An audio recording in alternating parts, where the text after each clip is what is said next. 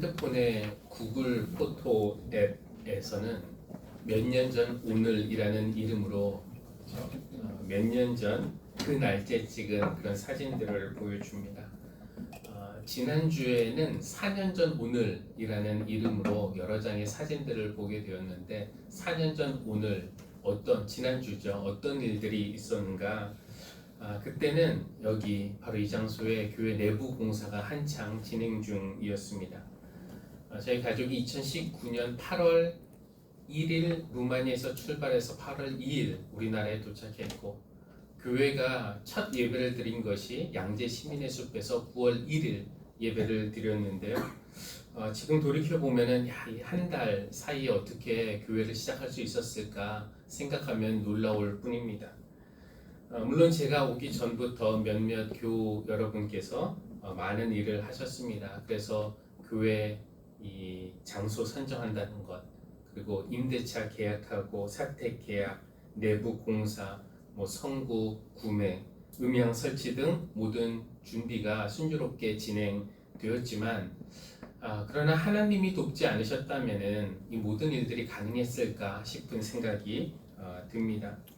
우리 개척교회였지만 그래도 아주 초라하지 않게 시작할 수 있어서 너무 감사했고 또 코로나 기간에도 여러분들의 교회 사랑하는 마음과 또 헌신하는 마음 때문에 우리 교회가 큰 어려움 겪지 않고 이렇게 잘 지냈고 또 조금씩 성장할 수 있었습니다. 우리 하늘씨앗 교회 생각하면은 참 감사한 것들이 많이 있는데 그 중에 하나는 우리 교회 자랑하지는 않지만 저 혼자 생각할 때 참 감사한 것 중에 하나는 우리 교회는 억지로 이렇게 교회 오시는 분들이 거의 없다. 맞죠? 억지로 오시는 분들이 거의 없다라고 저는 생각을 합니다. 왜냐하면 예전에는 목사나 전도사님들이 교인들에게 교회 오시라고 강권을 해야 했고 전화를 받는 교인들은 좋아서 오는 것이 아니라 미안해서라도 교회에 오는 그런 문화에 익숙했는데 여러분 대부분은 제가 그렇게 오라고 하지 않아도 또 좋아서 오시는 것 같아서 얼마나 감사한지 모르겠습니다. 여러분에게는 아마 교회 오는 것이 기쁨 맞나요? 네. 또 좋은 교회 다닌다는 자부심도 제가 조금은 느낄 수 있고 또 교회를 사랑하는 여러분의 마음도 제가 느껴집니다. 아직 우리 교회가 부족한 점이 많아도 하나님이 지난 4년 동안에 우리 교회를 잘 사용하셨듯이 앞으로도 하나님의 일에 사용하실 것이고 또 조금씩 성장하게 해주실 것이라 믿습니다. 제가 생각하는 우리 교회의 미래는 비교적 긍정적입니다. 그러나 사실 지난 4년 동안 한국교회 전체적으로 보면은 매우 큰 위기였다고 말하지 않을 수 없어요. 코로나는 심리적으로는 끝이 났지만 그러나 교회 위기는 여전히 진행 중입니다. 교회 위기를 상징적으로 보여주는 사진이 있는데요. 한번 보실까요? 교회 다니는 사람 식당인데 당분간 안 받습니다. 죄송합니다. 교회 다니는 사람 당분간 안 받습니다. 이게 코로나가 한창일 때의 사진이지만 그래도 교회 다니는 사람으로서 좀 씁쓸함을 안 느낄 수가 없어요. 물론 그 사진이 누군가가 알려준 대로 전 땡땡 목사의 사랑 땡땡 교회 근처에 있는 식당이라면 이해가 안 가는 것은 아닙니다. 근데 속상한 것은 한때 우리 문 앞에 신천지 출입 금지를 붙여놓은 우리가 이제 사회에서 우리가 그렇게 싫어하고 다르다고 하는 사이비와 똑같은 취급을 받고 있다. 세상에서는. 그러니까 세상이 우리의 출입을 금지, 사양합니다. 안 받습니다. 오지 마십시오. 이렇게 금지하고 있어요. 어떤 목사님이 농담 반 진담 반인 것 같은데 요즘은 기독교 신앙을 가졌다는 것만으로 우리를 차별하지 말아달라 라고 사회에 빌어야 할 판이다 라고 그렇게 말씀하면서 지금 많은 기독교인들이 소위 차별금지법을 반대하고 있는데 이게 통과가 돼야 나중에 그것이 우리를 위해서 우리를 차별하지 말고 우리를 위해서 적용되지 않겠나라는 말을 했는데요. 뭐 틀린 말만은 아닌 것 같아요. 사실 제가 제대로 된 신앙 때문에, 내가 제대로 신앙생활하기 때문에 세상에서 차별받고 미움당한다면은 저는 오히려 그것을 영광스럽게 생각하겠습니다. 왜냐하면 주님도 너희가 나 때문에 모욕을 당하고 박해를 받고 터무니없는 말로 온갖 비난을 받으면 복이 있다, 이렇게 말씀하지 않으셨습니까? 근데 문제는 오늘날 교회가 하나님의 뜻과는 정반대로 살아놓고서는 믿음 때문에 고난당한다고, 우리 죄 때문에 이웃에게 비난을 받는데 신앙 때문에 박해받는다고 착각한다는 데 있습니다.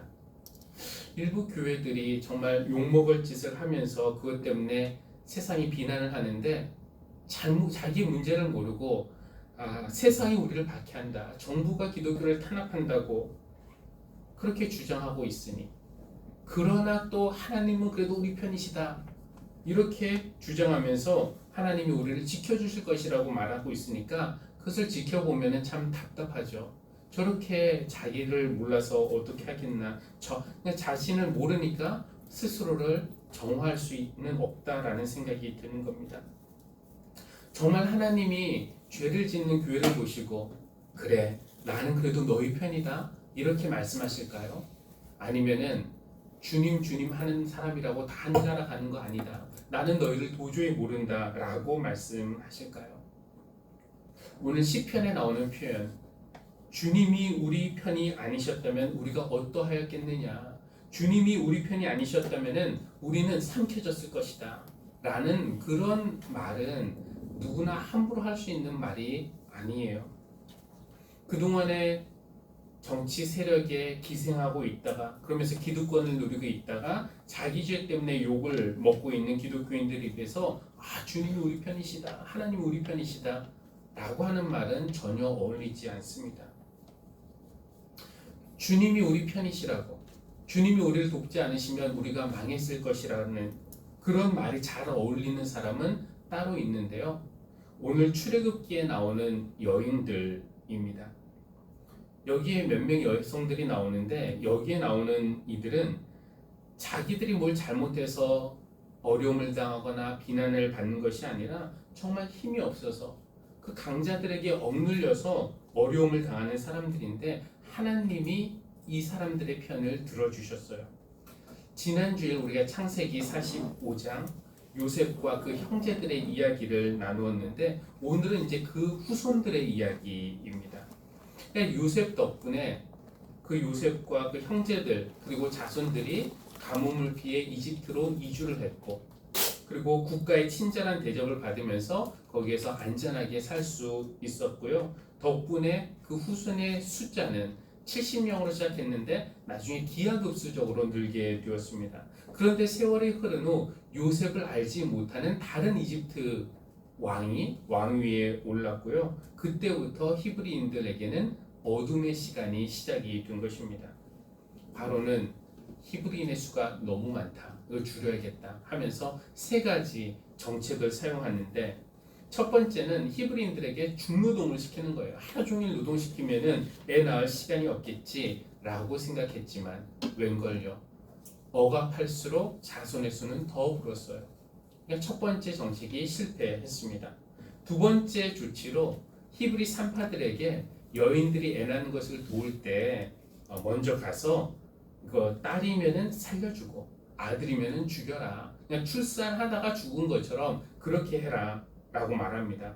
왜냐하면은 이 아들들은 태어나면은 잠재적으로 군인들이 될 사람들이지만, 그러니까 그들이 혹시 커서 나중에 반대편에 합세라도 하는 날이면은 위험하니까 미리 죽여놓자 이거죠. 그러나 딸들은 왜 살려두라고 합니까?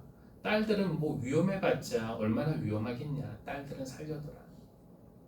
그러나 이 두 번째 정책도 히브리 산파들의 재치와 용기로 실패를 하게 됐습니다. 그래서 바로는 결국 세 번째 최후의 방법을 사용하는데, 갓 태어난 히브리 사내 아이는 모두 나일강에 던져라 명령을 내렸습니다.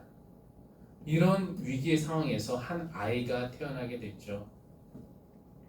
사람들의 눈에 띄는 날이면은 엄마의 품에서 빼앗겨져서 나일 강에 던져질 운명을 안고 태어난 아기입니다.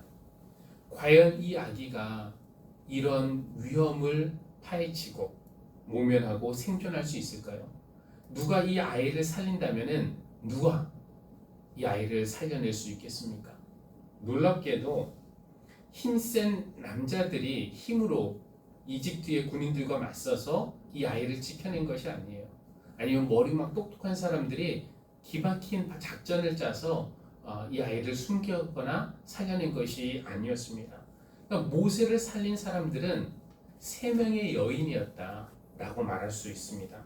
세 명의 여인들이 첫째는 모세의 어머니였죠.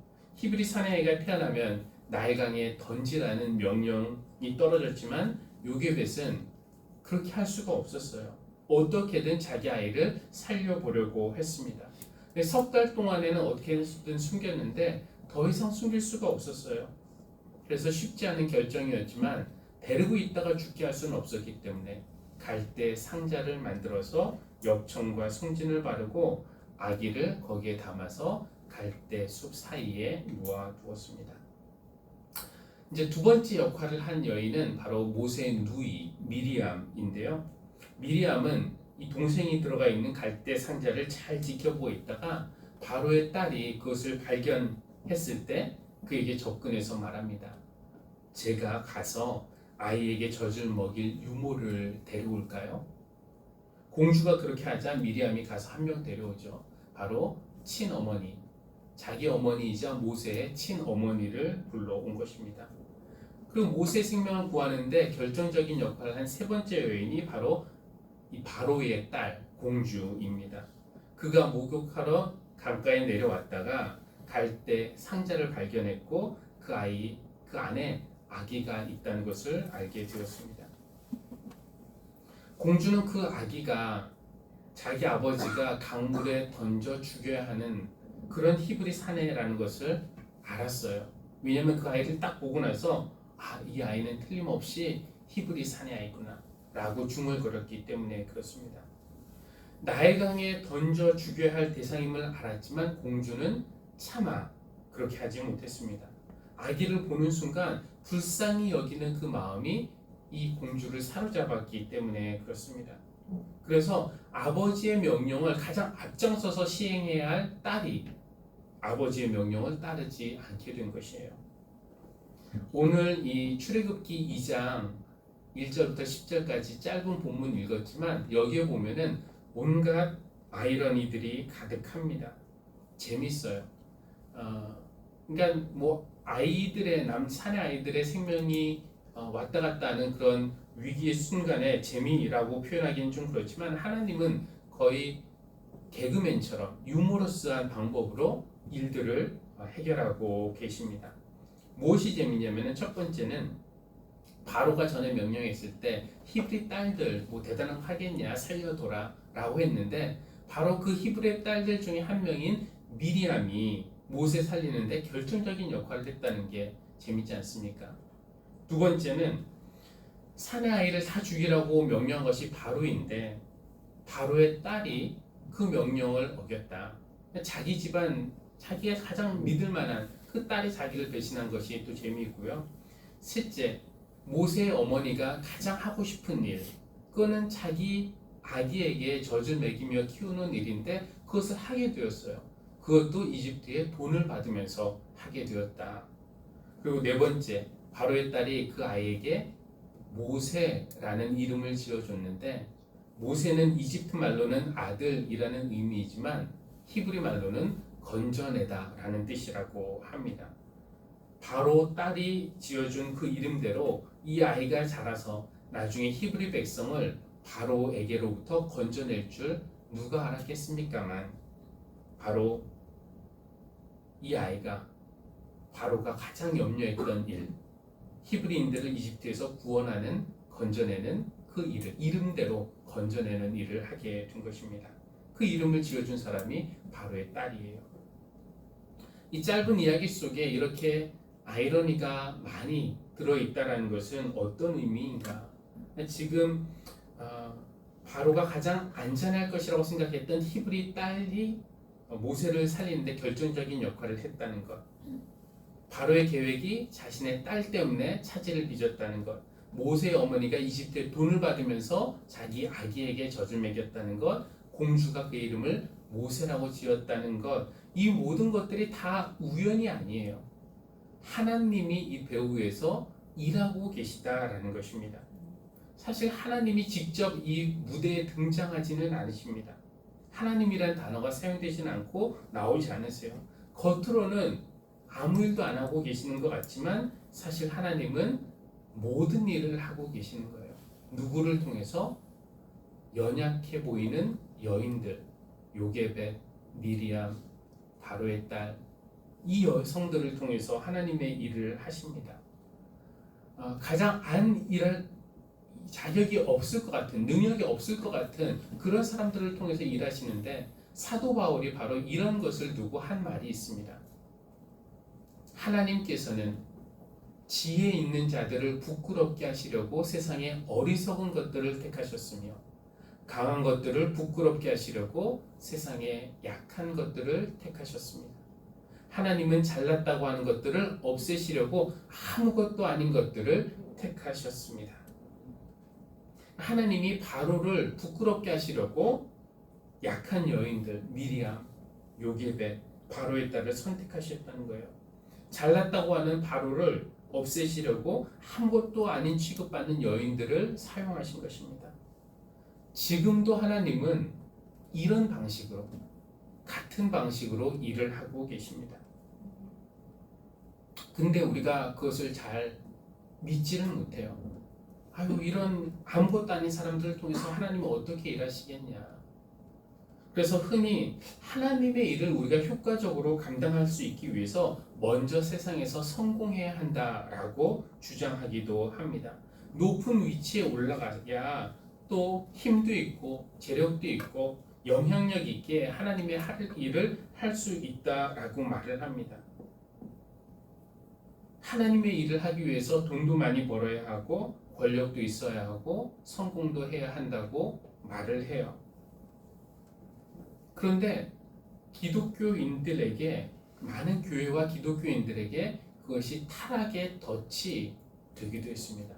세상에서 성공시키려고 하나님을 오히려 내가 성공하기 위해서 하나님을 이용했고, 그리고 막 올라가는 과정에서는 이웃을 돌보는 마음을 잃어버렸고, 올라가서는 교만해져서 하나님과 멀어지게 된 겁니다.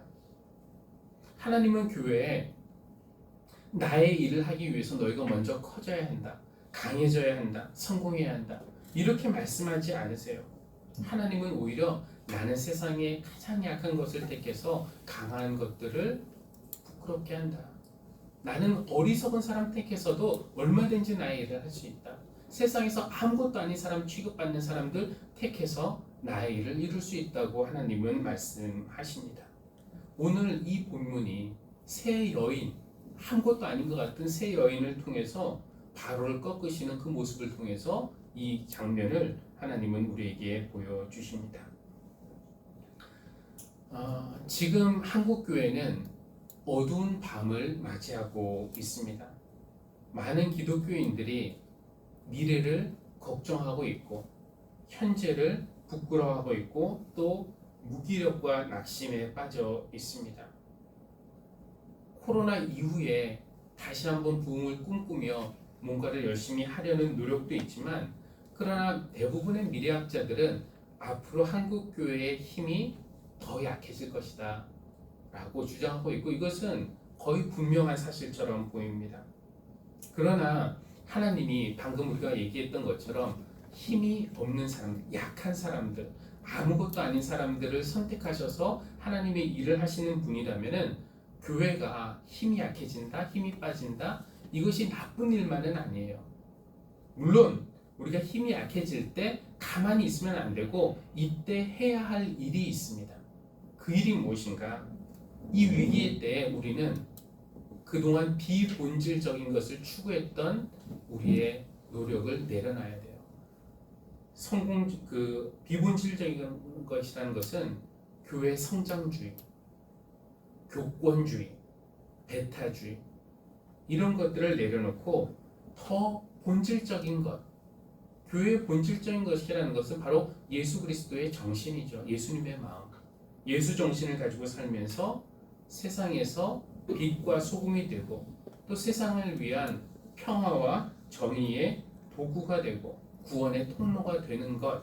만약에 교회가 그 모습을 회복할 수만 있다면 교회가 힘이 다 빠지고 쓰러지면 하나님은 우리를 다시 일으켜서 사용하실 거예요. 하나님이 바울을 사용하시기 전에 먼저 그를 쓰러뜨리신 것과 마찬가지입니다. 김영봉 목사님이라는 분이 계신데 예전에 페이스북에서 어떤 사진을 하나 게시했어요. 한번 볼까요? 예수 그리스도의 이름으로 고침받다라는 제목 아래 뭐 부부 갈등, 의처증, 의부증, 동성애 내질환 그 밑에 쭉 뭐가 나와요. 특히 밑에 두 줄, 자 읽지는 않겠지만 그러면서 이런 병을 고침받고 싶으신 분은 여기 교회로 오시라, 치유센터로 오라는 전단지. 이 김영봉 목사님이 여기에 대해서 뭐라고 썼냐면은 이 전단지는 뱀탕 파는 약장사 수준으로 전락한 교회의 현실을 보여준다. 이런 정도의 타락은 심판이 아니고는 정화되지 않는다. 역설적이지만 한국 교회는 철저히 망해야 희망이 있다. 이렇게 이야기를 합니다. 그러면서 한국 교회에 희망이 있는 이유를 몇 가지 이야기하는데요. 한국 교회의 희망이 있는 이유는 첫 번째는 하나님은 여전히 살아계시고 지금도 일하고 계시기 때문이라고 말합니다. 그러니까 지금 한국 교회가 겪고 있는 문제가 하나님 문제가 아니라 교회의 문제, 우리의 문제라는 것이에요. 우리의 죄와 허물이 커서 하나님의 일이 가려지고 있는 것이지 하나님은 지금도 일하고 계신다. 그러니까 우리가 하나님을 가리는 것을 멈추면은 세상에 하나님은 드러나실 것이다 라고 이야기하십니다. 두 번째, 전도서에도 나온 얘기지만 사람들 안에는 영원에 대한 그리운 마음이 있다는 거예요.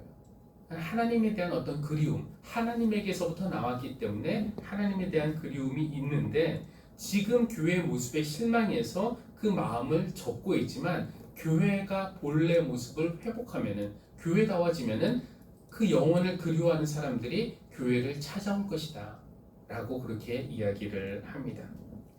세 번째, 세상에 넘어가지 않고 여전히 진실한 믿음, 예수 그리스도의 정신을 지키며 살아남는 자들. 엘리야 때도 세상에 하나님 믿는 사람 나밖에 없습니다 라고 했을 때 아니다, 믿음을 지키고 있는 사람이 7,000명이 더 있다, 이렇게 이야기하신 것과 마찬가지인데요.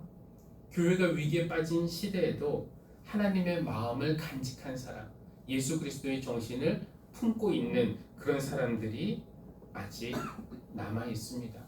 하나님은 그런 사람들을 통해서 일을 하실 것입니다. 그래서 저 기도 제목이 미리 나왔는데요. 다음 주일 우리 교회는 창립 4주년을 맞이하게 되는데, 그래서 다음 주에 말씀을 안 드리고 이번 주에 미리 말씀을 드린 것은 이번 주에 우리가 교회를 위해서 이렇게 기도하면 좋겠다 싶어서입니다. 첫 번째, 우리의 죄와 허물 때문에 하나님을 가리지 않는 교회가 되게 해주십시오. 이것이 사실 저 목회 시작했을 때부터 저 개인적인 기도, 남들에게 말하기는 좀 부끄러워요. 하나님의 영광을 드러내는 목회자가 되게 해주십시오라고 기도의 판에 저는 다르게 기도했습니다. 하나님의 영광을 가리지 않는, 그러니까 저는 제가 하나님의 영광을 가리지 않는 것만 해도 합격점은 받는다라는 생각으로 목회를 하고 있어요. 그러니까 우리가 하나님의 영광을 드러내는 것은 두 번째 일입니다. 너무나 많은 기독교인들이 하나님의 영광을 가리는 것 때문에 오히려 사람들을 교회로부터 멀어지게 하는 그런 일을 하기 때문에, 그래서 우리가 죄로, 나의 죄와 허물로 하나님을 가리지 않는 그런 사람이 되면 우리 교회가 그런 교회가 되리라 믿고요. 두 번째는 영혼을 사모하는 사람들이 그리워서 찾을 만한 교회, 그 교회는 본래의 교회의 모습을 회복하는 교회. 그래서 우리 교회가 어떤 주변적인 것보다는 본질적인 것은 늘 생각하면서 교회의 본질인 예수 그리스도의 마음을 회복하는 그런 교회가 되기를 위해서 기도해야겠고, 세 번째, 그 남아있는 사람들이 있다고 했는데 예수 그리스도의 정신을 품고 그 예수 정신으로 남아있는 교회가 될 수 있도록 여러분 기도하시기 바랍니다. 그래서 우리 하늘시작교회가 이런 교회가 될 수 있기를 바랍니다. 하나님은 세상에서 잘났다고 하는 이들을 없애시기 위해 아무것도 아닌 취급받는 이들을 선택하시는 분이신 줄 믿습니다. 바로의 악의 체제를 꺾으시기 위해 요게벳, 미리암, 바로의 딸을 사용하셨고, 로마 제국과 또 권력과 부와 결탁한 종교 체제를 무너뜨리기 위해 갈릴리 어부들을 선택하신 분이십니다. 그런데 우리는 세상에서 성공하고 교회가 커져야 하나님의 일을 더 잘하는 줄 알았습니다. 아니, 어쩌면 성공하고 싶었고 높아지고 싶은 욕망에 하나님을 이용했습니다. 그러는 과정에서 하나님의 마음을 잃어버렸고 예수 그리스도의 정신도 버렸습니다. 하나님, 우리를 용서하여 주십시오. 교회가 맡고 있는 오늘날의 위기가 오히려 교회가 새로워지는 기회가 되기를 기도합니다. 우리의 허물 때문에 하나님을 가리지 않게 하시고 교회의 본래 모습을 회복하게 하시고 순수한 믿음을 잃지 않는 예수 정신으로 남아있는 교회가 되게 하여 주십시오. 교회를 세우시고 새롭게 하시고 또 교회를 사용하시는 예수 그리스도의 이름으로 기도합니다. 아멘.